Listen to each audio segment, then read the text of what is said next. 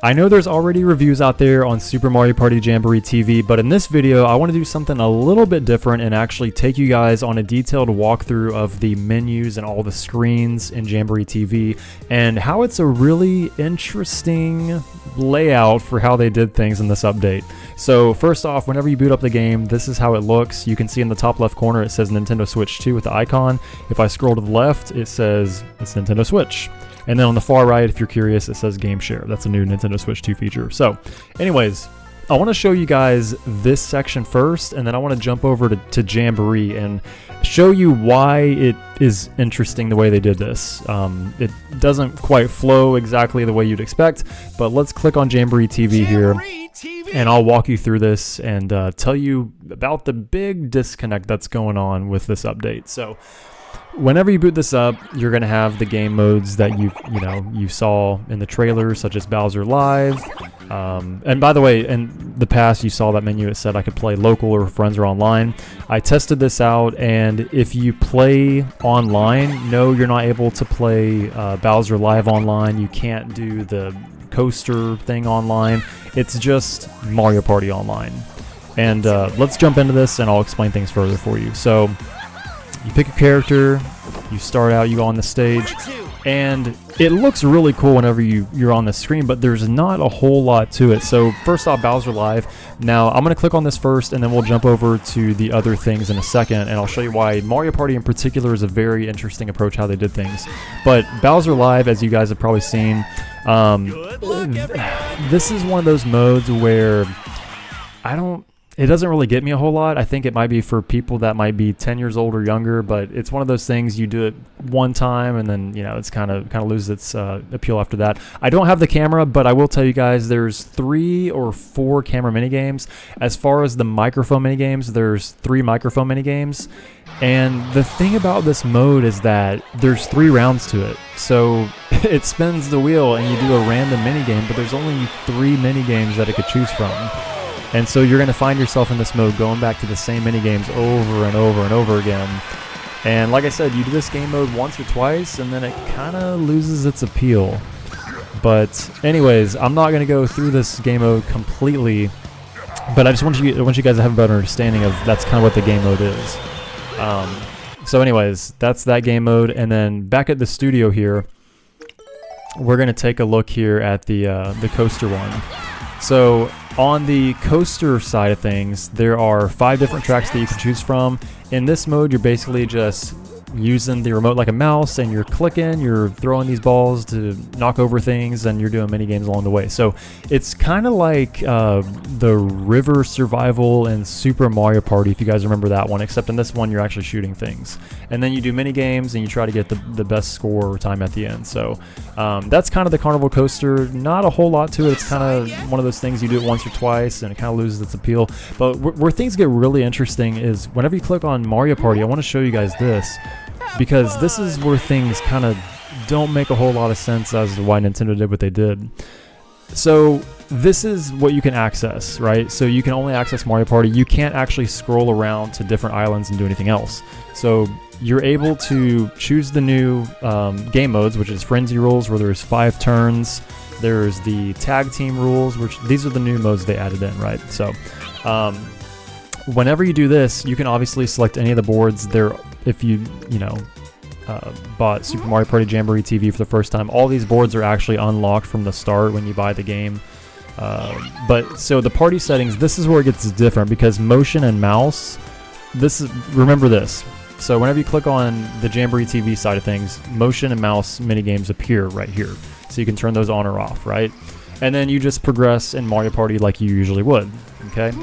Now, where things get interesting, I'm going to back out here. So remember, you have Frenzy Rules, Tag Team Rules, and then you have motion you have the mouse mini games on this side of things. Okay, so now let's go back, and what I want to do is and by the way, real quick, this is just free play mode. Just play any of the mini games that you want to play. Okay, so now we're going to end the show, and I want you guys to remember what we talked about here, and I'm going to jump into the regular Super Mario Party Jamboree side of things on the main menu and show you guys the disconnect that's going on with this update.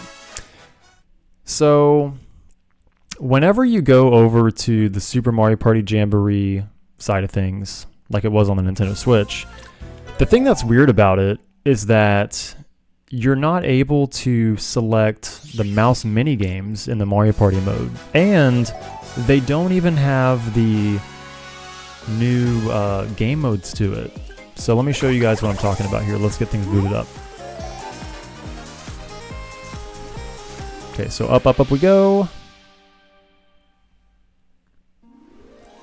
Okay, check this out. So let's just go to a random board here. Okay, so party rules and pro rules. So notice how on the Jamboree TV side of things, they don't even have pro rules on that. And then on this Mario Party Jamboree mode, they don't even have the frenzy rules or the tag team rules option. And then it gets one thing further is that whenever you click on a map, like I showed you guys earlier, so party settings, so there's only motion minigames on or off. Notice how there's no mouse minigame options here that you could do, right? So that is a little bit weird. And even microphone minigames, they don't have that on here as well.